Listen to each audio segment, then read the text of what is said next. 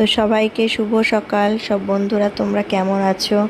ভিডিওটা আপলোড করতে আমার একটু দেরিই হয়ে গেল, কালকে একটু কাজে ব্যস্ত ছিলাম। আমার গোপু সোনার কীভাবে আমি স্বয়ং দিই গোপু সোনাকে, সেটাই আমি তোমাদের কাছে আজকে দেখাবো। তো গোপু সোনা যেরকম সাজগোজে থাকে, সেই সাজগোজগুলো কিন্তু আমার পুরোটা খুলিয়ে দিতে হয়। মাথার চুল, তারপরে পায়ে একটা মোজা পরে থাকে, ওই ভিডিওটা আমি তোমায় দিতে পারিনি, ওই ফুটেজটা। মোজাটাকে আগে আমার মেয়ে খুলিয়ে দিয়েছিল। তো ওর এইগুলো কিন্তু ওর বালিশ, কোল বালিশ আছে দুটো, একটা মাথার বালিশ। তো খাটে গোপু সোনা ঘুমায় এই খাটটাতে। ওই স্টিলের খাটটাই বড় গোপু সোনার, আর এইদিকে দুটো গোপু সোনা আছে ছোট ছোট দুটো। তো এটা ওর বেড রেডি হয়ে গেছে শোয়ার জন্য। এবার ওকে আমি ঘুম পাড়াচ্ছি, ঘুম পাড়িয়ে দেব। তো আমার গোপু সোনার, বড় গোপু সোনার ঘুমানোর মধ্যে মধ্যে ছোট গোপু সোনাগুলো কাঁদছে, বলছে দাদাকে ঘুম পাড়াচ্ছ আর আমাদেরকে ঘুম পাড়াবে না, এটা কখনো হয়? তা আমি বললাম দাঁড়া, দাদাকে ঘুম পাড়িয়ে নিই, তারপর তোদের ঘুম পাড়াচ্ছি। বড় গোপু সোনা কিন্তু ঘুমিয়ে গেছে।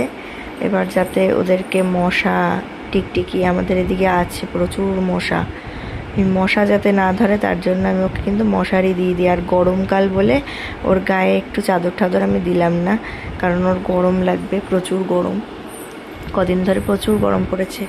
আর ছোটোগুলোকে এবার বললাম যে তোরা এত হিংসা কেন করিস রে? বড় দাদাকে ঘুম পাড়াচ্ছি বলে তোরা এত হিংসা কেন করছিস? ও কেঁদে কেঁদে বলছে না আমাকেও ঘুম পাড়িয়ে দাও না মা।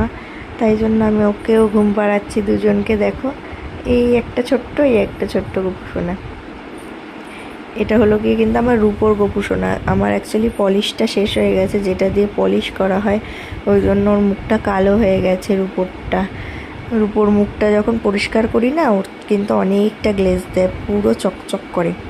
তো ওদের কিন্তু যেহেতু দুজনেই ছোট, আমি ওদেরকে একটা খাটের মধ্যেই শোয়াই। দেখো, ওদের দুজনকে একটা খাটেই শুয়ে দেবো।